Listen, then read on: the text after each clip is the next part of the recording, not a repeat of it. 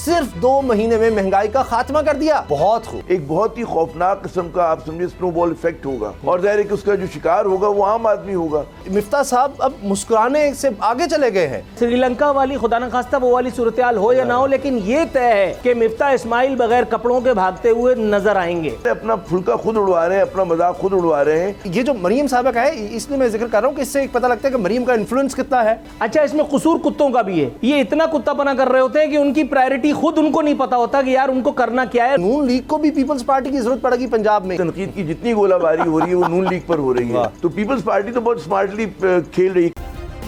Subscribe करें और bell दबाएं ताकि कोई खबर रह न जाए।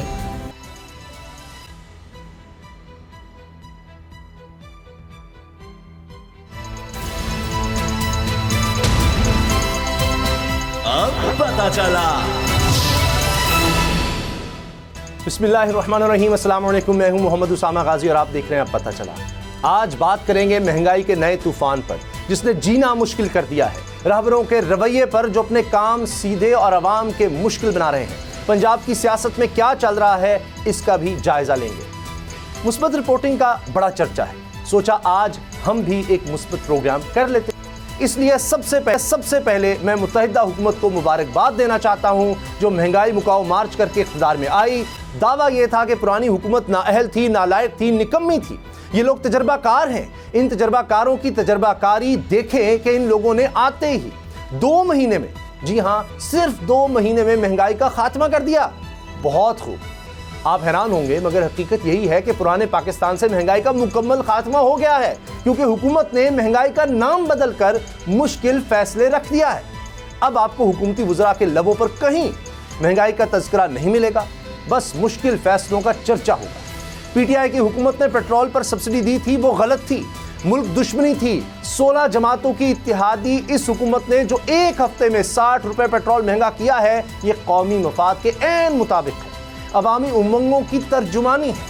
इसीलिए वो मिफ्ता इस्माइल साहब, जिन्हें पीटीआई हुकूमत का 1 रुपया भी पेट्रोल महंगा करना गवारा नहीं था, वो तीसरी बार भी पेट्रोल महंगा करने का इंदिया दे रहे हैं और फिर इस फैसले पर कहकहा भी लगा रहे हैं। अगर आज आपको पेट्रोल महंगा मिले या बिल्कुल ना मिले तो आपने परेशान नहीं होना। मिफ्ता साहब का कहकहा याद रखना है। ये कहकहा अवाम के जख्मों पर नमक नहीं बल्कि मरहम है, मरहम। क्योंकि महंगाई तो है ही नहीं, ये तो मुश्किल फैसले हैं जिनके मुस्बत असरात होंगे। अच्छा, डॉलर भी नए रिकॉर्ड बना रहा है। आज ओपन मार्केट में 205 रुपए पर फरोख्त हुआ है, लेकिन इससे महंगाई का कोई खदशा नहीं, क्योंकि अब पीटीआई की हुकूमत नहीं। डॉलर महंगा होने से नए पाकिस्तान में महंगाई का तूफान आता था, ये तो पुराना पाकिस्तान है। यहाँ अगर डॉलर महंगा होने से चीज़ों की कीमत बढ़ेगी तो आपने परेशान नहीं होना, क्योंकि ये महंगाई नहीं बल्कि ये तो मुश्किल फैसलों के असरात होंगे। एक और खबर सुन ले कि हमारी काबीना अवामी मसाइल हल करने के लिए कैसे रात दिन एक किए हुए हैं। खबर है पाकिस्तान में कानूनी तौर पर जिंदा जानवर दरामद पर पाबंदी है, लेकिन काबीना की खुसूसी इजाजत से हुकूमत अमाराती सदर के लिए बकरियां दरामद करेगी। इन बकरियों की दरामद से मईशत पर बड़े मुस्बत असरात होंगे। इससे पहले कुत्ते बिल्लियों की इंपोर्टेड खुराक पर पाबंदी भी किसी के एक ट्वीट से हटाई जा चुकी है। इससे इंपोर्ट बिल पर कुछ असर नहीं हुआ होगा, क्योंकि यह भी एक मुश्किल फैसला है। ये हुकूमत महंगाई खत्म करके मुश्किल फैसले कर रही है जिनसे आवाम की जिंदगी आसान बनाई जा सके। हुकूमत ने माशी मुश्किल फैसले करने में भले देर लगाई हो, लेकिन नैब और इंतखाबी इस्लाहात, ओवरसीज वोट खत्म करने में कोई देर नहीं लगाई, ताकि अवामी उमंगों की तर्जुमानी की जा सके। इस तर्जुमानी से अवाम कितने मुतमईन होंगे, इस पर हम बात कर लेते हैं। आज खुसूसी तौर पर प्रोग्राम में हमें आमिर ज़ियाद साहब ज्वाइन करें, सीनियर सहाफ़ी हैं और नूर आरफीन रोज़ाना की तरह मेरे साथ हैं। आमिर ज़ियाद साहब, बहुत शुक्रिया, आज आपने अपने कीमती वक्त में से कुछ वक्त हमें इनायत किया। ये आप देख रहे हैं अभी प्रोग्राम शुरू होने से पहले बोल न्यूज़ पर जो हम बराह रास्त दिखा रहे थे, लोग जिस तरह लाइनों में लगे हैं, पेट्रोल पंप्स के पर खड़े हैं, कोई पेट्रोल पंप बंद हो रहा है, कोई कह रहा है जी 1000 से ज़्यादा का पेट्रोल नहीं मिलेगा, और उसी दौरान मिफ्ता साहब का आ जाता है कि जी ये देखें ये मीडिया चला रहा है, मैंने तो ऐसी कोई बात नहीं की, आज रात कुछ महंगा नहीं हो रहा, आज रात अभी कोई फैसला नहीं किया गया। ये लोगों का एतबार इस हुकूमत से उठ गया है। ये कहते जो लगा रहे हैं जाकर, मैंने खुद सुना है, मुझे यकीन नहीं आया, वहाँ बैठे कहते हैं जी तीसरी रो में जो बैठे हैं इनके तो जहाज़ हैं, इन पर फ़र्क पड़ेगा, बाकी लोग उन पर कोई नहीं खास फ़र्क पड़ेगा पेट्रोल की कीमतें बढ़ने से। ये कौन लोग आ गए हैं आमिर ज़ियाद साहब, ये क्या है? जी साहब, बहुत शुक्रिया आपका। देखिए, एक बात तो बिल्कुल तय है कि जब से ये हुकूमत आई है उस वक्त से गैर यकीनी सूरत हाल का मुल्क शिकार है, बल्कि उसमें बहुत ज़्यादा इजाफा हुआ है। और खुसूसन जो है माशी महाज के ऊपर अगर आप देखें, और अगर आप छोड़ें, एक आम आदमी तो ज़ाहिर है कि वसवसों में, अंदेशों में रहता है, लेकिन सबसे ख़तरनाक बात ये कि सरमायाकार जो है उसके अंदेशे बढ़ गए हैं। जो बड़े बड़े कारोबारी अफराद हैं वो बिल्कुल इस वक्त उन्होंने फ़ैसला जो है वो नहीं कर रहे, वो उन फैसलों पर अमल दरामद नहीं कर रहे। और इसी तरह जो हमारे जो बिजनेसमैन हैं उनके साथ भी यही है। तो जब आपकी अगर फ़र्ज़ करें सरमायाकारी रुक जाती है, पीपल ऑन द होल्ड चले जाते हैं, तो उसका एक बहुत ही खौफनाक किस्म का आप समझिए स्नोबॉल इफेक्ट होगा, और ज़ाहिर है कि उसका जो शिकार होगा वो आम आदमी होगा। अब सवाल ये पैदा होता है कि हुकूमत जो है लोगों का एतमाद देने में क्यों मतलब है नाकाम रही है। ज़ाहिर है कि इनकी पूरी कैंपेन ये थी कि जी PTI ने जो है मिसमैनेज किया इकॉनमी को, और PTI ने जो है महंगाई कर दी है।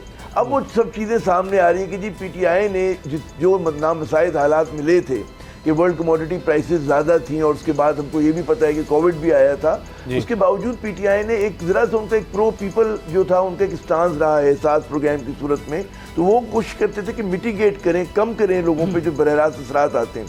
अभी ख़राबी ये हुई है कि जब जिस दिन से इस साजिश का जो है आगाज़ हुआ नो कॉन्फिडेंस मोशन की, उस वक्त से देखें कि 3, साढ़े 3 माह, 4 माह अब तो होने को आए हैं कि उसमें आप ये देखें कि इकॉनमी को सही तरह से मैनेज नहीं किया गया। ज़ाहिर पीपल जो PTI थी उसके आखिरी 3 महीनों में इकॉनमी पे वो नज़र नहीं रही जो होनी चाहिए थी, और फिर ये हुकूमत जो है इसने 1.25 महीना ज़ाया किया, उसके बाद जो भी इक़दाम किए। तो उसामा बात ये हुई क्योंकि आपने मिसमैनेज किया इकॉनमी को और आपने उसमें फैसले नहीं किए, तो उसका नतीजा हम आज भुगत रहे हैं कि जिन लोगों ने भी नो कॉन्फिडेंस मोशन को और कहते हैं ना उसके बारे में उसकी मनसूबाबंदी की थी, ये उसका खमियाजा कौम भुगत रही है। वरना जिस तरह से इकॉनमी मैनेज हो रही थी, अगर आप उसी तरह से होने देते तो आज इतनी बुरी सूरत हाल ना होती। तो कुलियतन इस पूरी खराबी का जो शुरुआत होती है वो नो कॉन्फिडेंस मोशन या उस साजिश से होती है कि जिसमें इसके बारे में मनसूबाबंदी की गई। जी अच्छा नूर आरफीन, जो लोगों का फीडबैक आ रहा है, जिस तरह से अवामी और जज्बाती अंदाज़ आपका है, वो एक मुझे ऐसा लगता है जैसे आप तर्जुमानी कर रहे होते हैं उन लोगों की, वरना तो लोग बड़े परेशान हैं। कम से कम आपको देख के लोग ये ज़रूर समझ लेते हैं कि भाई हमारे जज्बात तो कहीं पहुंच रहे हैं, ये जो फ़ज़ा में बिखर रहे हैं, और शायद कोई इक़्तिदार के ऐवानों में बैठे लोग देखते हों, कुछ शर्मिंदा होते हों, उनका गिरबान जो है वो कुछ हिलता हो। तो आप जिस तरह से आपने बात की, बहुत ज़्यादा लोग इसको सोशल मीडिया पर सराह रहे हैं, लेकिन आज मुझे आप ये बताएं कि अब तो मिफ्ता साहब अब मुस्कुराने से आगे चले गए हैं, वो तो अब कहके लगा रहे हैं इस जुल्म पर। मुझे तो एक अजीब सी बात ऐसे आ रही, पता नहीं ये कनेक्शन बनता है नहीं कि किसी की जान बचाने के हम सुनते नहीं ऑपरेशन किया और बाद में पता चला जी कोई कैंची अंदर रह गई, तौलिया अंदर रह गया, तो ये तो वो हुआ है, ये तो आए थे जान बचाने के। जी इमरान खान बुरा है, हम ऑपरेशन करके इस अवाम की जान बचा रहे हैं, इन्होंने अंदर से पता नहीं क्या कुछ निकाल लिया। लोग तो ये देखेंगे ना कि हमारे साथ हो क्या रहा है। अब तो उनको साजिश का यकीन आएगा कि इमरान खान के खिलाफ थी या नहीं थी, हमारे खिलाफ जरूर थी। एब्सोल्युटली ऐसे ही है, ये साजिश इमरान खान के ख़िलाफ़ न सही पब्लिक के ख़िलाफ़ ज़रूर थी। उसने हमारे ज़ख्म का कुछ यूँ किया इलाज, मरहम बिगर लगाया तो कांटों की नोक से, या फिर बाल्फाज़ दीगर फ़कीर शहर के तन पर लिबास बाकी है। अमीर शहर के अरमा अभी कहाँ निकले, और ये अमीर शहर इस वक्त मिफ्ता इस्माइल या शहबाज शरीफ एंड कंपनी के अलावा और कौन हो सकता है। इस वक्त अभी आमिर ज़िया साहब ने जितनी तफसील से बताया, मैं उस तरह से तो नहीं बता सकता। इख्तिसार के साथ मैं सिर्फ यही कह सकता हूँ कि इस वक्त मुल्की मईशत के साथ जो कुछ किया जा रहा है, ऐसा लग रहा है कि पिछला वाला बहुत ज़्यादा काबिल था। हालांकि शायद ऐसा ना हो। इमरान खान की वो एक नेकी जिसको अब हम अगर उजागर करें तो शायद इट्स टू लेट वाली बात हो जाती है, लेकिन पेट्रोलियम प्राइसेस पर वो जो अवाम पाकिस्तान को सब्सिडी मिल रही थी, अगर सिर्फ यही एक चीज़, यही एक फैसिलिटी कंटिन्यू रहती, तो मेरा ख्याल है कि इनके स्याह चेहरे जो है वो इतनी जल्दी आश्कार ना होते, इनके मकरू अज़ाइम इतनी जल्दी आया ना होते। लेकिन मिफ्ता इस्माइल ये जो हरकतें कर रहे हैं, शायद मिफ्ता इस्माइल ने पहले ही से बाहर जाने का टिकट ले रखा है या उन्होंने सिक्योरिटी हासिल कर रखी है, लेकिन इतना ज़्यादा खुश होने की बात नहीं है, क्योंकि अगर पानी सर से ऊपर हुआ, जो कि मुझे लग रहा है कि अनकरीब हो जाएगा, तो फिर श्रीलंका वाली खुदा न खास्ता वो वाली सूरत हाल हो या ना हो, लेकिन ये तय है कि मिफ्ता इस्माइल बगैर कपड़ों के भागते हुए नज़र आएंगे। फिर उनको पता चलेगा कि जब ज़्यादा हंसी आती है तो इसका मतलब ये होता है कि आप पर दीवानगी का आलम तारी हो रहा है। आप अपने होश व हवास से मावरा होकर के पब्लिक की जो एक ग्रीफ है उससे बिल्कुल अपने आप को डिसएसोसिएट करके, और आप ये जो लुच्चरपन करते फिर रहे हैं वजारत एंजॉय करते हुए, तब इनको पता चलेगा कि फिर बारात कहाँ जा रही है। इनकी गाड़ी अगर किसी मुझ जैसे बददिमाग आदमी ने कहीं किसी चौक चौराहे पर रोक ली ना, तब ये अपने घर के बंद दरवाजों में जहां अपने इनके गार्ड्स का पहरा होता है, ये वहां भी मुस्कुराने की अदाकारी नहीं करेंगे। इनको बहुत ज्यादा खुश होने की जरूरत नहीं है। इनको इस वक्त इस हालत की संगीनी का इदराक करने, अभी हमारे बोल न्यूज पर चल रहा था, मैं देख रहा था, और यानी जिंदगी अजीरन हो गई है इस खबर से। मिफ्ता इस्माइल ट्वीट कर रहे हैं कि नहीं आज नहीं होगी। आप भी जानते हैं, मैं भी जानता हूं, आमिर रज़ा साहब को भी इदराक है, वो हमसे ज्यादा बाखबर है कि ये काम आज नहीं तो कल होना ही है। सही, बहरहाल ये काम होना है। ये 200 प्लस पे 250 पे। जी, अगली खबर पर जाने से पहले ये भी एक बयान उनका सामने आ रहा है जी, 4 भाई हैं तो 1 रोटी खाएं, 1 रोटी है तो 4 भाई तकसीम करके खाएं। ये तो उन्होंने बड़ा अच्छा इलाज बता दिया है नूरुल आरफीन, अब तो मसाइल हल हो गए हैं। नहीं, वो ठीक कह रहे हैं ना, वो ठीक कह रहे हैं भाई, वो ठीक कह रहे हैं। पीपल्स पार्टी नून लीग मिल करके खा रहे हैं कि नहीं खा रहे हैं? जेयूआई वालों को रखा हुआ है उस पर, वो तबर्रुक के लिए ये तमाम हराम को हलाल कर देंगे। वहां एक मुल्ला बिठा रखा है ना, रेंटा मुल्ला, तो ये सारी चीजें वो सही बता रहे हैं। उन्होंने ये बताना भूल गए कि आरफीन सिद्दीकी का तो कोई भाई नहीं है। वो किसके साथ मिलके खाए? अपने पड़ोसी के, या वो मिफ्ता इस्माइल के घर में जाकर के दरवाजे पे लात मार के उनके ड्राइंग रूम में घुस जाएगा, लाओ भाई निकालो। ये पागल हो गए। मैं बहुत माजरत के साथ ये जुमला इस्तेमाल कर रहा हूं, ये पागल हो गए हैं। इनका दिमागी तवाजुन खराब हो गया है। ये राना सनाउल्लाह इमरान खान के बारे में कहते हैं, मुझे तो लगता है कि ये आदमी अपने अक्ल खिरत को बेच करके ये वजीर बना है। इसहाक डॉलर को लेकर के आओ भाई, मेरा ख्याल है कि उनके पाँव पड़ जाओ, क्योंकि ये तो खुद तो जूते खाएंगे ही खाएंगे, ये दूसरों के साथ भी उनका कारोबार भी बर्बाद करवाएंगे। अच्छा, अब आमिर रज़ा साहब, एक और ख़बर जो हमारे सामने आ रही है वो ये कि जी कुछ राब्ते हो रहे हैं बैक चैनल पर तहरीक इंसाफ के साथ अब गवर्नमेंट के। आपको क्या लगता है इसकी क्या वजह है? उनको लग रहा है कि हम इतने ज़्यादा बदनाम हो रहे हैं, मसाइल आ सकते हैं, इसकी वजह क्या है कि अब क्यों याद आ रही है इमरान खान साहब की, और ये राब्ते पीछे क्या चल रहे हैं जिसमें इमरान खान साहब के वाले से कहा जा रहा है जी कोई उस तरह की डील नहीं चाह रहे, वो तो इलेक्शन की तरफ ही बात करना चाह रहे हैं। तो हुकूमत चाहती क्या इमरान खान साहब?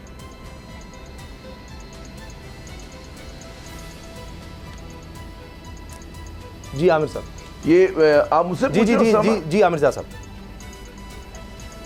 देखिए एक बात है, ये जो शहबाज शरीफ साहब ने ग्रैंड डायलॉग की बात की, अब ये ज़ाहिर है कि ये तजवीज़ जो है नॉन स्टार्टर है, लेकिन उससे इंडिकेशन ये हमें मिलता है कि जी हुकूमत जो है बहुत ज़्यादा दबाव का शिकार है, और वो किसी भी तरह चाहते हैं कि इमरान खान साहब को इंगेज करें। इसके लिए ज़ाहिर है कि दोनों सूरतें, एक तरफ राना सनाउल्लाह साहब भी हैं और फिर पीछे भी जो हमारी इत्तलात हैं कि जी बहुत ज़्यादा कोशिश हो रही कि किसी तौर पे इंगेज हो। और ज़ाहिर इमरान खान साहब का बड़ा वाज़ेह मौक़िफ़ है, जो हमारी आखिरी उनसे बात हुई थी कि जी मैं इस असम्बली में नहीं जाऊंगा वापस, और मैं इंगेज नहीं करूंगा, क्योंकि अगर मैं ये करता हूं तो इसका मतलब है कि हम लेजिटिमाइज़ कर रहे हैं कि जो भी एक इक़दाम हुए, जो भी एक साजिश हुई थी।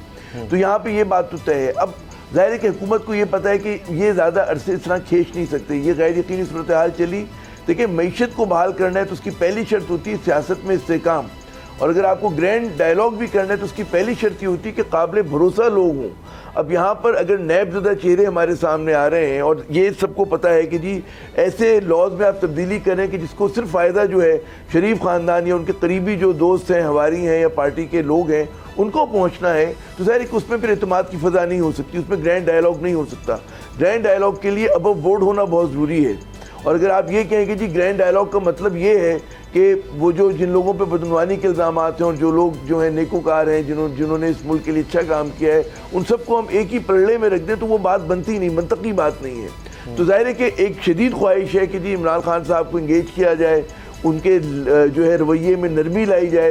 लेकिन जहाँ तक हमें पता है इमरान खान साहब की सियासत का, कि उन्होंने पूरे 3.5 बरस यही दबाव था उन पर कि जी पीपल्स पार्टी से डील कर लें और नून लीग को आप शिकार कर लें, लेकिन उन्होंने ऐसी कोई प्रैग्मेटिक पॉलिटिक्स नहीं की। और उसकी बड़ी वजह ये थी कि वो जो उनका कहना होता है कि जी मैं नज़रियाती सियासत कर रहा हूँ और मैं जो है मैं वो काम नहीं करूँगा कि जिसको गलत मैं तस्वुर करता हूँ, तो वहाँ पे मुझे कामयाबी होती भी नज़र नहीं आती। एक ही सूरत है आगे बढ़ने की, वो ये कि इलेक्शन अनाउंस हो और उसके बाद अगर वो अनाउंस हो जाते हैं तब मेरे ख्याल में पीटीआई इंगेज कर सकती है कि केयर टेकर गवर्नमेंट में कौन आ रहा होगा, क्या आगे चलने के खतूत होंगे। लेकिन उससे पहले अगर आप समझे कि जी पीटीआई जो है वो या इमरान खान जो है उनके साथ बैठने को तैयार होंगे, तो मुझे बहुत कम इम्कानात नजर आते हैं, बल्कि ना होने के बराबर। जी लेकिन आरिफीन 2023 अक्टूबर 2023 में इलेक्शन होंगे, ये शाहिद खाकान अब्बासी साहब ने कहा है। लेकिन शाहिद खान अब्बासी साहब ने भी कल ही बड़ी एक धुआंधार और एक बड़ी साथ वुज़रा को बिठाकर प्रेस कॉन्फ्रेंस की और उसमें कहा जी 3 घंटे की लोड शेडिंग होगी अब कल से, 3 घंटे की।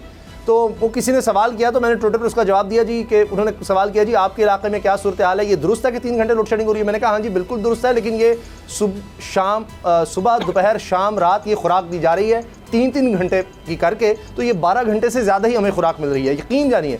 तो क्या उनका एतबार किया जा सकता है? मरीम साहबा वोट को इज्जत दो के बाद कहती हैं, खुद कह रही हैं कि हमारा अब नया नारा है, किया था करेंगे। अब इन्होंने क्या किया था जो अब करेंगे? अभी जो कर रहे हैं उसकी समझ नहीं आ रही। अभी तो अब ये मुज़ाकरात की तरफ इमरान खान के जा रहे हैं। ये चाहते क्या इमरान खान से? वो तो फसादी था, वो तो लॉन्ग मार्च था, उसको तो गिरफ्तार करना था। राना सनाउल्लाह सब कह रहे हैं कि इसकी अपनी सिक्योरिटी इसको गिरफ्तार कर लेगी। अब क्या हो गया?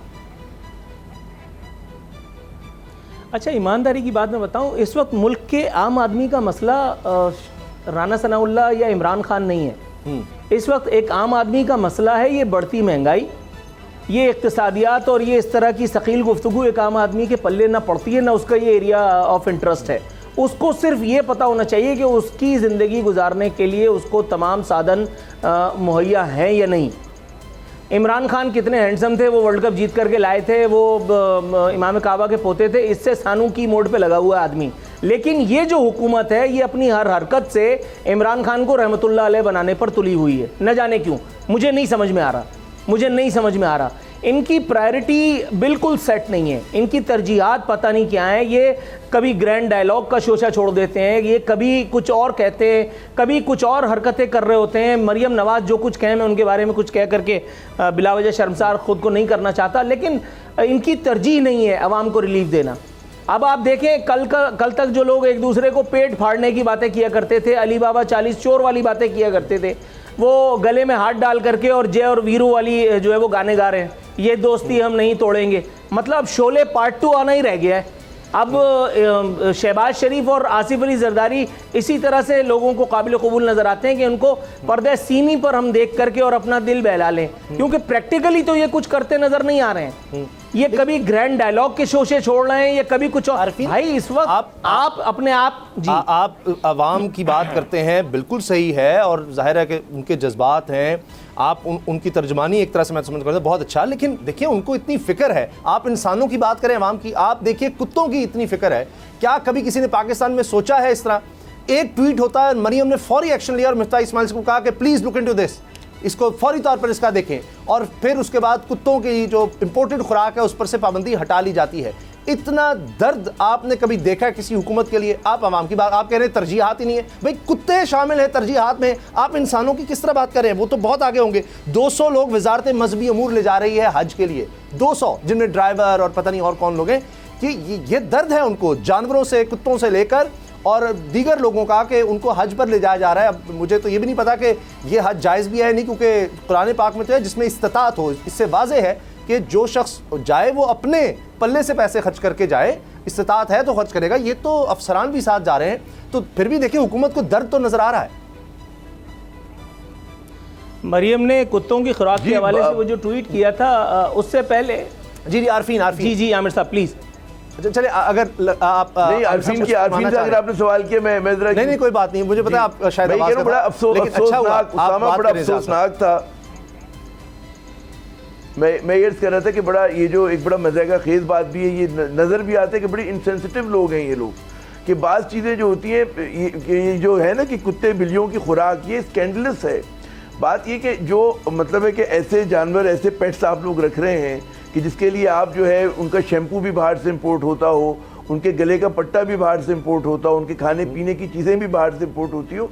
हम कोई कहते हैं जानवर दुश्मन नहीं है, मैं, आप और आरफीन जो है हम भी चाहते हैं कि भाई जानवरों से प्यार से सलूक करें, लेकिन भाई देसी खाना खा के भी वो बड़े हो सकते हैं। लेकिन अच्छा, मतलब है अगर आमिर साहब बहुत माजरत, मुझे चूंकि ब्रेक का कहा जा रहा है, कुछ ही देर में आप न्यूज़ अपडेट्स भी देख सकेंगे, उसके बाद मिलते हैं और बात करेंगे पंजाब में क्या हलचल मची हुई है। पता चला। आमिर ज़िया साहब, ब्रेक से पहले जिस तरह बात हो रही थी कि आप कह रहे हैं कि बड़ा ये बेहिसी सी नज़र आती है कि इस तरह की स्टेटमेंट्स दी जाएं। अब जो मसला ये भी है कि एक तरफ एक्शन लिया जाता है कि बिल्कुल जानदार हैं, ये भी अल्लाह की मखलूक है, लेकिन इंसानों के लिए अगर आप ये कहेंगे कि जी एक रोटी 4 लोग खाएं, 4 हैं तो जनाब उनमें एक रोटी तकसीम कर दी जाए, तो एक तरफ आप ये कहेंगे, दूसरी तरफ आप इस तरह का एक्शन ले रहे होंगे तो बड़ा ही बुरा जाता है। फिर मीडिया को कहा जाता है कि जनाब आप इसको मुश्किल फ़ैसले कर दें, इश्तिहार हम आपको दे रहे हैं, तो इस तरह से चीज़ें दब जाएंगी। आमिर ज़िया साहब, आप तो खुद इतने सीनियर साफ़ी हैं। आपने बिल्कुल सही लफ्ज़ इंतखाब किया कि बेइज्जती का मुजाहरा कर रहे हैं, ये इंडिफरेंस है और तजाद भी है कि एक तरफ आप कहते हैं कि जी हमें किफ़ायत शायरी की तरफ जाना है, हमें इंपोर्ट्स पे दरामदात पे पाबंदी आयद करनी है, फिर आप इस तरह की चीज़ें, ठीक है उसका कोई बहुत ही मामूली सा शेयर होगा, लेकिन बहुत कुछ चीज़ें जो होती हैं अलामती होती हैं और वो कहते हैं कतरा कतरा जो होता है वो एकदम लगता है कि पहाड़ बन गया। तो बात ये होती है और ये मौका भी है पाकिस्तान के लिए, जो कहते हैं ना इम्पोर्ट वो सब्स्टिट्यूशन की तरफ जाएँ आप, कि भाई क्या इतनी बड़ी कौन सी रॉकेट साइंस होती है कि हम कुत्ते और बिल्ली का खाना ना बना सकें। मतलब आप खुद सवाल करें ना ये कि भाई क्या फॉर्मूला है, तो क्या कोई हमारे यहाँ ऐसे सरमायाकार नहीं है, कोई ऐसे लोग नहीं कि जो इस चीज़ को बना के वो जो भी उनको वो करते हैं, बिस्किट्स देते हैं और चीज़ें देते हैं, तो किया जा सकता है। तो मेरे ख्याल में जिस तरह से ये मरियम नवाज साहिबा ने जिस तरह से रद्द-ए-अमल का इज़हार किया और ताकीद की, तो मेरे ख्याल में एक बड़ा क्वेश्चनेबल है, अपना फुल्का खुद उड़वा रहे हैं, अपना मजाक खुद उड़वा रहे हैं। और एक पहली आपकी हुकूमत मुतनाज़ा है, पहली वो शदीद उसके तनकीद का शिकार है, फिर आप ऐसे जब इक़दाम करते हो फिर कहते हैं कि जी हमें छेड़ो मत, हम पे तनकीद ना करो, हम पे मतलब है कोई वो ना करो, तो फिर समझ में नहीं आती बात। तो मेरे ख्याल में ये छोटी छोटी बातें जो हैं ये रिफ्लेक्ट करती हैं कि जी हमारे जो हुक्मरान हैं उनका माइंड सेट कैसा है। और मुझे याद है ये कुत्ते बिल्लियों पे याद आ रहे, कराची में एक ज़माने में वो कुत्ते को काटने के वाक़यात बहुत ज़्यादा हो रहे थे, तो अवामी दबाव पे और कितने अरसे से वो कुत्ता मार मुहिम नहीं चली। इन्होंने कहा जी हम न्यूट्रल करेंगे, हम पता नहीं क्या करेंगे। तो इस मुल्क में जहाँ पोलियो के कतरे आप नहीं पिला सकते, तो उसकी वजह भी क्या थी कि आपको वो कहते हैं ना कुत्ता मार मुहिम रोकनी पड़ी, क्योंकि एक गालिबन बिलावल हाउस से एक इंस्ट्रक्शन आई कि जनाब आप कुत्तों पे रहम करें और बेशक इंसानों को कितने ही वो लोग काटें और मतलब है किसी भी बच्चों को भंबोड़ के रख दें, उनका चेहरा नोच लें, जान से वो लोग चले जाएं, लेकिन आप आवारा कुत्तों को नहीं मारेंगे। तो बात ये होती है कि ये तमाम फैसले रिफ्लेक्ट करते हैं कि ये लोग जो हैं पाकिस्तान के मारूजी हालात से जुड़े हुए नहीं हैं, ऑब्जेक्टिव रियलिटीज़ इनको पता नहीं है, आवाम के दुख दर्द का पता नहीं है कि जी जो साइकिल पे जा रहा है, पैदल चल रहा है, तो इनके लिए कुत्ते बिल्लियाँ जो हैं वो ज़्यादा हमें भी कोई मतलब है, हम खुदा ना खास्ता ये नहीं कहते कि उनको मतलब उन पर जुल्म किया जाए, जानदार हैं वो भी, लेकिन इंसानों का पहले आप ख्याल करेंगे और फिर यकीनन उनका भी करेंगे, हम सब करेंगे, लेकिन एक तवाज़ुन के साथ। जी बिल्कुल सही है। नूरुल आरफीन, क्या कहेंगे? एक तरफ सादगी मुहिम का आगाज़ हो गया है, हफ्ते की जो छुट्टी ख़त्म की गई थी वो अब बहाल हो गई है, 40% कटौतियाँ फ्यूल में हैं, और ये जो मरीम साहबा का है इसलिए मैं जिक्र कर रहा हूँ कि इससे एक पता लगता है कि मरीम का इन्फ्लुएंस कितना है और हुकूमत किस तरह से चल रही है, और अगर वो किसी चीज़ का नोटिस लें तो वो काम हो सकता है। तो अगर वो पेट्रोल का, बिजली का, इसका लोड शेडिंग का नोटिस लें तो शायद मिफ्ता साहब को इसी तरह कहें कि फौरी तौर पर इसको देखो मिफ्ता, तो शायद मिफ्ता साहब देख लें। आसिफ अली जरदारी की सबसे छोटी वाली साहबजादी ने ट्वीट किया था, मैं उस वक्त सीरीज़ ऑफ प्रोग्राम्स कर रहा था ये कुत्ता मार मुहिम के ऊपर, और उस ट्वीट के आते ही फिर ये उस जिस कुत्ता मार मुहिम का जिक्र आमिर जैसा फरमा रहे थे वो रोक दी गई थी। अच्छा, बात ज़रा थोड़ी सी तल्ख है लेकिन कर लेने दीजिए। कुत्तों का ख्याल रखना कोई बुरी बात नहीं है, लेकिन वो कुत्ते जो 2 टांगों वाले हैं जो आपको हर 5 साल के बाद ला करके और उन जगहों पे बिठा देते हैं जहां आपको नहीं होना चाहिए, अगर आपकी प्रायोरिटी वो हो तो ज़्यादा बेहतर है। अच्छा, इसमें कसूर कुत्तों का भी है, ये इतना कुत्तापना कर रहे होते हैं कि उनकी प्रायोरिटी खुद उनको नहीं पता होता कि यार उनको करना क्या है, उनको लाना किसको है, और उसके बाद सर पकड़ करके रो रहे होते हैं। आज पूरा दिन जो कुछ मैंने किया है उसका थोड़ा सा अहवाल मैं अभी आरफीन नामा में भी बताऊंगा, लेकिन इस वक्त उमूमी तौर पर सब लोगों का यही हाल है। दिल पिशोरी के लिए हुकूमत जो है वो कोई ना कोई शोशे छोड़ती चली जा रही है।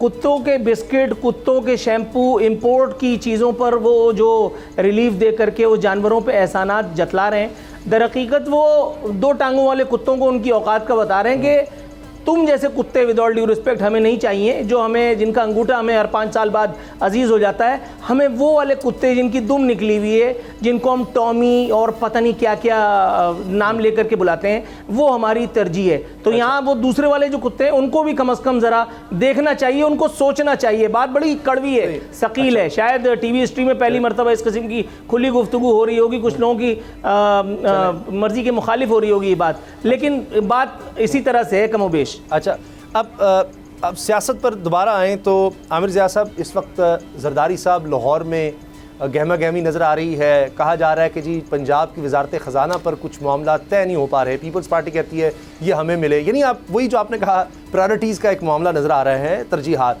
तो ज़्यादा वक्त इनमें गुजर रहा है, वज़ीर कौन बनेगा, कितने वज़ीर पीपल्स पार्टी के होंगे, वो अब हमज़ा साहब उधर भाग रहे हैं। ये भी अल्लाह की शान है कि कभी ये हाथ मिलाना नहीं पसंद करते थे, आज भाग भाग कर जरदारी साहब के पास जा रहे हैं।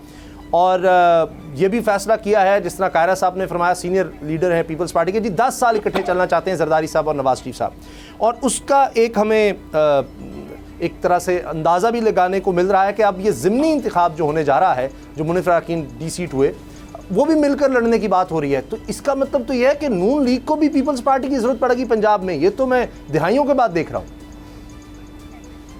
अच्छा, दिलचस्प बात यह है कि पीपल्स पार्टी सबसे ज़्यादा मज़े में है कि उन्होंने रेत की बोरी नून लीग की सूरत में अपने आगे रखी हुई, और आप देखें तनकीद की जितनी गोलाबारी हो रही है वो नून लीग पर हो रही है, और पीपल्स पार्टी जो है वो मज़े ले रही है। ठीक है ना।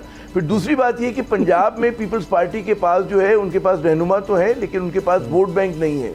वोट बैंक पीपल्स पार्टी का इरोड हो गया, यानी कि कम हो गया, ख़त्म हो गया। तो उसके लिए वो जो भी इनसे बार्गेन करके चीज़ कर लेंगे, और ये अपनी कमज़ोरी की वजह से नून लीग अगर देगी, तो जहाँ पर एक पीटीआई ने अपना एक वहाँ पे वो बनाया हुआ है कि अपना इन्फ्लुएंस बनाया हुआ है, उसी तरह आप देखिएगा कि पीपल्स पार्टी भी बाउंस बैक करेगी थोड़ा बहुत at the cost of Noon league. तो ये नून लीग के लिए बड़ी फिक्र की बात होनी चाहिए कि जनाब वो क्या कर रहे हैं। तो पीपल्स पार्टी तो बहुत स्मार्टली खेल रही है। कल मेरी एक नून लीग के दोस्त से बात हो रही थी सिंध के, उन्होंने कहा जी नून लीग का मसला कराची और सिंध नहीं है, वो यहाँ पे ना इंतखाबात में इंटरेस्टेड है, ना वो यहाँ पे पार्टी साजी में इंटरेस्टेड है। बड़ा मायूस था वो, और जनाब वो इन्होंने तोहफे में पीपल्स पार्टी को दिया हुआ है। तो पीपल्स पार्टी का जो अपना किला है वो बड़ा महफूज है, जो देही सिंध का हो गया या वो कराची की कुछ जगहों पर उनकी नज़रें हैं। लेकिन पंजाब में पीपल्स पार्टी इन पे सवारी करके थोड़ा बहुत गेन करना चाहेगी, साउथ पंजाब में भी और गालिबन सेंट्रल पंजाब में भी। और अगर ये मिलकर इलेक्शन लड़ते हैं तो ये at the cost of Noon league होगा। तो नून लीग के लिए उस पर नुकसान की बात होगी। मेरे ख्याल में नून लीग का भी जो एक वोटर है वो सवाल करेगा कि जनाब ज़ाहिर है कि ये जो माजी लोग भुला नहीं सकते एक दूसरे के पेट फाड़ने की बात, जिस तरह तरबियत होती है ना सियासी कारकुन की, उसे बताया जाता है कि जी आप एंटी पीपल्स पार्टी हैं, पीपल्स पार्टी वाले को पता होता है कि जी आप PML नून से आपके इख्तलाफात है, तो आप बहुत मिलाकर चला नहीं सकती। जो 10 बरस का इनका वो है मनसूबा। आप याद करें कि जब बेनज़ीर साहिबा ने और नवाज शरीफ साहब ने चार्टर ऑफ डेमोक्रेसी साइन किया था, उसके कितने अरसे के बाद बेनज़ीर साहिबा ने मुशर्रफ से मुलाकात कर ली थी और नवाज शरीफ को डिच कर दिया था। तो वो याद, मतलब सबको याद है कि क्या क्या कब कब हुआ है। तो ये इस तरह के जो अहदो पैमान होते हैं वो ऐसे नहीं होते कि इन पर अमल होगा। MQM बड़ी PTI के साथ पुरखलूस थी। कुछ अर्से पहले मैंने इंटरव्यू किया था आमिर खान साहब का, और उन्होंने कहा था कि जी हम सबसे अच्छा हमारे साथ सलूक PTI ने किया है और सबसे ज़्यादा इन्होंने मतलब कराची का ख्याल रखा है। लेकिन कुछ अर्से बाद हमने देखा कि उन्होंने अपनी वफादारियाँ बदल दी। तो ये चीज़ें जो होती हैं, ये सियासतदानों की बातें होती है, उस पर मैं नहीं समझता कि उस तरह अमल दरामद होगा। और मज़े में तो पीपल्स पार्टी है माशाल्लाह जी, मज़े में तो है। लेकिन नूर आरफीन, एक चीज़ मैं ऐड करता चाहूँ, एक चीज़ मैं ऐड करना चाहूँगा आमिर ज़िया साहब की बात से बात निकाल करके, कि अभी थोड़ी देर पहले सोशल मीडिया पे एक वीडियो वायरल हो रही है। सलाहुद्दीन नाम के MPA हैं या MNA है, MQM से ताल्लुक़ रखने वाले, उन्होंने भी फप्ती कसी है उनकी सालत पर। मर्दों की मरियम नवाज होने का हक अदा करते हुए उन्होंने कहा है कि जो गाड़ी चला रहा है वो छोटी गाड़ी चला ले, और जो छोटी गाड़ी चला रहा है वो मोटरसाइकिल चला ले। जब मजीद पूछा गया तो उन्होंने कहा जो मोटरसाइकिल चला रहा है वो साइकिल पे आ जाए। अगली बात शुक्र है रिपोर्टर ने नहीं पूछी, वरना वो पैदल चलने का मशवरा दे करके और अब्बासी और सिविल अस्पताल के सिविल सर्जन की नौकरी खा गए होते। अब आप अंदाज़ा लगाइए, इन लोगों के बारे में हम बात कर रहे हैं।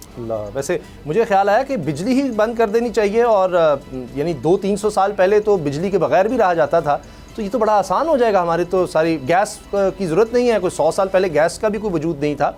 हमारे तो सारे मसाइल ही हल हो जाएंगे, पेट्रोल की भी ज़रूरत नहीं।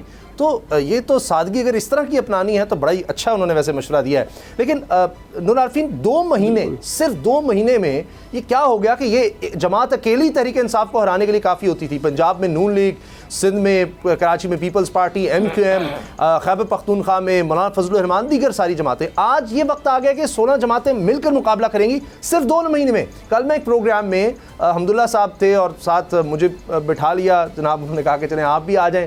तो वहाँ पर बात हुई, अब्दुल्ला साहब नाराज़ हो गए। उन्होंने कहा कि जी उसामा पता नहीं क्या बातें कर रहे हैं, हम तो सियासत पर नुकसान कर रहे हैं अपनी जमात का, हम मुल्क बचा रहे हैं, हमें नहीं पता महंगाई। वो कहते हैं हम सियासत का नुकसान है, मुल्क बचाने के लिए कर रहे हैं। तो ये सब कुछ जो आज आप देख रहे हैं, ये मुश्किल फैसले नूर आरफीन, ये मुल्क बचाने के लिए हैं। और हालत ये हो गई है कि 16 जमातें मिलकर तहरीक इंसाफ के खिलाफ आएंगी। इतना सिर्फ 2 महीने में, दहाइयों की बड़ी बड़ी जमातें, और 2 महीने में यह हाल हो गया। मुल्क बचाने का आसान फार्मूला तो मैंने उस दिन दिया था मुसद्दिक मलिक साहब की बात पे। 10,000 रुपये मुझसे ले लें, काबीना को जहर खिला दें, मुल्क खुद ब खुद बच जाएगा। ये जितने वजीर सफ़ीर हैं इनके गले दबा करके फारिग करें इनको, क्योंकि ये मुल्क बचा रहे हैं। और भाई मुल्क बचाने की इतनी कीमत, कोई खुदा का खौफ करो यार। ये काम जब इमरान खान कर रहा था तो वो बुरा था। इमरान खान ने पेट्रोल को 90 से 150 पे पहुँचाया तो मैंने उसकी ज़िंदगी हराम कर दी। लेकिन अब तुम ये समझ करके बैठे हो कि तुम 150 से लेकर के और 250 तक जाओगे तो हम चुप बैठेंगे, अंधी लगी है? तुम हमारे मामू के लड़के हो। कैसे हमदुल्ला साहब कौन सी यूनिवर्सिटी से फारिग तहसील हैं, कौन सी किताबें उन्होंने पढ़ रखी हैं, कौन सी उनकी गिनती है कि जो उल्टी गिनत रहे हैं वो आवाम को मतलब सूली पे चढ़ा करके वो कह रहे हैं मुल्क बचा रहे हैं। अबे भाई मुल्क क्या है? अवाम के बगैर मुल्क क्या है? खाली ज़मीन पे कोई हुक्म चलता है? किसका चलेगा? ना मुकद्दस का चलेगा, ना गैर मुकद्दस का चलेगा, ना आज़ाद का चलेगा, ना न्यूट्रल का चलेगा। फिर क्या करोगे? बाजा बजाओगे एक दूसरे को देख करके। मतलब झूठ बोलने में पहले ज़माने में लोग, शायद सुना है मैंने बुजुर्गों से कि लोग मर जाते थे, उसके बाद कुछ बेशर्मी का दौर आया तो पेट में दर्द होने लगा। आजकल तो कुछ भी नहीं हो रहा यार इन लोगों को देख करके, तो ऐसा लगता है। और बहुत खूब, चलिए बहरहाल हैं और ब्रेक के बाद बात करेंगे कराची शहर की भी, क्योंकि मैं इतना अर्ज़ कर दूं कि जिस तरह होता था नब्ज़ देखा करते थे, उससे पूरे जिस्म का अंदाज़ा हो जाता था और हो जाता है कि ब्लड प्रेशर का भी, बुखार का भी। तो हमारा वो शहर कराची है, सबसे बड़ा शहर। पूरे पाकिस्तान की क्या सूरत हाल है कराची से पता चल जाता है, कुछ उसकी भी बात ब्रेक के बाद। अब पता चला। सिर्फ 2 महीने में हालात ये हो गए हैं कि जो मुनहरिफ अरकान इस वादे पर छोड़ कर आए थे तहरीक इंसाफ को और हमजा शहबाज साहब को वोट डाला था कि हमें नून लीग का टिकट भी मिलेगा। अब ज़िमनी इलेक्शंस जब हो रहे हैं तो कम से कम 3 ऐसे लोग हैं जिन्होंने कहा है कि ये शेर के टिकट पर लड़ना तो ये बड़ा ख़तरनाक है, हम आज़ादी लड़ लेते हैं। तो ये तादाद बढ़ रही है, इतना बदनाम हो गया अब ये। सिर्फ आप सोचिए कि 2 महीने में, आमिर ज़िया साहब, ये 2 महीने में इतनी दहाइयों से इतनी बड़ी बड़ी जमातों का यह हाल हो गया कि अब ये कह रहे हैं कि हम इकट्ठे मुकाबला करेंगे तहरीक इंसाफ का। तो सियासी तौर पर तो ये तबाही से कम नहीं है इन जमातों के लिए। ये बिल्कुल दुरुस्त फरमाया आपने, और सिर्फ 2 महीने की इनकी परफॉर्मेंस नहीं है। मैं समझता हूँ तबाही का आगाज़ उस वक्त से हुआ था कि जब जो ये पूरा नो कॉन्फिडेंस मोशन जो जिस तरह से लेकर आए थे, कि यहाँ पर आप देखें कि जो इमरान खान की एक मकबूलियत में कमी आपको नज़र आ रही थी इससे पहले तक, वो एकदम बढ़ी और वो उनके आखिरी 2 महीने में बढ़ी। उसकी वजह ये थी कि जब लोगों ने देखा कि जी तब्दीली का चेहरा ये है, शहबाज शरीफ साहब तब्दीली का चेहरा और जो उनके साथ इर्द गिर्द लोग हैं, तो लोग खौफजदा हो गए थे। और आप देखें कि हुकूमत ऐसे वक्त में हटाई गई कि जब ना कोई अवामी तहरीक थी इमरान खान के ख़िलाफ़, ना कोई मुल्क को बहुत बड़े बहरान का सामना था। चीज़ें जो तीसरी दुनिया के मालिक में जिस तरह से चला करती हैं धीरे धीरे वो चल रही थी। क्राइसिस थे, मुश्किलात थी, लेकिन इतना बड़ा कोई एजिटेशन नहीं हो रहा था कि आपको यकलख्त हुकूमत को उठाकर फेंकने की ज़रूरत पड़े। और वो अगर जो आपने फेंका है वो ये लोग बरतानिया की मिसाल देते हैं भी कि जी बोरिस जॉनसन ने इत्मीनान का वोट दिया, तो वहाँ पर कोई और पैरामीटर्स होते हैं। वहाँ पर ये नहीं होता कि वोट फ़रोख्त हो रहे हैं, और ये नहीं होता कि जी कंजर्वेटिव जो हैं वो जाकर लेबर से मिल जाएं और वहाँ से कहें जी अगले उसमें इलेक्शन में आप हमें सीट दीजिएगा, या पैसे नहीं चलाए जाते वहाँ पर। और वहाँ पर ये होता है कि विद इन द पार्टी जो होता है वहाँ पर चेंज लाने की बात होती है। तो यहाँ पर जो कुछ हुआ एक बहुत बड़ा एक रीज़न है। फिर जो 2 महीने इन्होंने जो कुछ किया, ये लोग इक़्तिदार में आए बगैर किसी मनसूबाबंदी के। ये सिर्फ इमरान दुश्मनी में, या मैं समझता हूँ इमरान दुश्मनी में भी नहीं, इनको डेस्परेशन थी अपने जो इन पे केसेस हैं शहबाज शरीफ साहब पर, उनके ख़ानदान पर, और नून लीग के दीगर रहनुमाओं पर, उनसे बचाने के लिए अपने आप को आए हैं कि ये अपने हक में कानून साजी कर सकें, पर्सन स्पेसिफिक कानून साजी हो, इसलिए आए। और लोगों को अब नज़र आ गया कि जी इनका आवाम से कोई लेना देना नहीं है, इनके पास कोई ग्रैंड विजन नहीं है, मुल्क के हवाले से कोई ख्वाब नहीं है इनका ख्वाब सिर्फ इतना सा है कि नैब को बंद कर दिया जाए, ताला लगवा दें। इनका ख्वाब सिर्फ इतना सा है कि जी उन पर जो केसेज हैं वो ख़त्म कर दिए जाए। आप देखिए कितना बदकिस्मती है कि नैब लॉज में जो तब्दीली हुई है वो इतनी पर्सन स्पेसिफिक है कि जी साद रफीक पे अगर और उनके भाई पे अगर मुकदमा है चीटिंग का, तो उन्होंने ये क्लॉज दिलवाई है कि जी 100 से कम लोगों पे अगर चीटिंग होगी तो वो मुकदमा नहीं जाएगा। तो इनका उस केस में 76 लोग हैं। इसी तरह जो कैलबरी फंड का मसला है, उनके जी बाहर से लाई गई शहादत को नहीं होगा, वो सिर्फ बेनिफिट किसको करती है, मरियम साहिबा को करती है। शहबाज शरीफ साहब के लिए अलग स्पेसिफिक उन्होंने कवानीन में तब्दीली की है। तो भाई इस तरह से तो मुल्क नहीं चलते। इदारों को देखना चाहिए, अदलिया को देखना चाहिए। और हमारे और जो भी लोग कहते हैं कि जी पाकिस्तान को अगर आपको एक सही सिमत में डालना है तो वो आप बदनुमान लोगों के जरिए नहीं डाल सकते। उसके लिए आपको एक मिनिमम, हम नहीं कहते कि बहुत इंटेलिजेंट आदमी चाहिए, हम नहीं कहते कि आसमान से तारे तोड़ने वाला शख्स चाहिए, कम से कम ईमानदार बुनियादी चीज़ें तो उसकी दुरुस्त होना, वो तो ये भी नहीं है इनकी। जी जनाब। आरफीन नामा आरफीन, रोशनियों का शहर कराची, सबसे बड़ा शहर, गरीब परवर शहर, क्या हालात देख रहे हैं उसके आप? उसामा, आज पूरा दिन मैंने एक अजीब सी सरगर्मी में गुजारा। आज मैं एक मुतवस्सित तबके का बाशिंदा हूँ।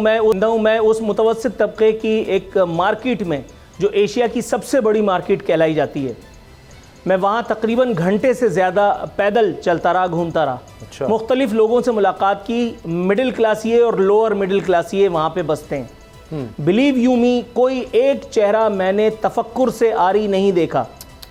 एक रिक्शे वाला मिला जो हाथ उठा करके बगैर नाम लिए मौजूदा हुकूमत को, हुक्मरानों को कोस रहा था।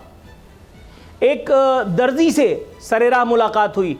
उसने कहा कि किसी वक्त में हमारे पास लाइट नाम की शय हुआ करती थी, मैं कपड़े सी करके मेहनत करता था, डबल शिफ्ट में काम कर लेता था। अगर मेरे पास ऑर्डर हुआ करते थे, मैं डबल शिफ्ट में काम करके अपने बच्चों का पेट भर लेता था।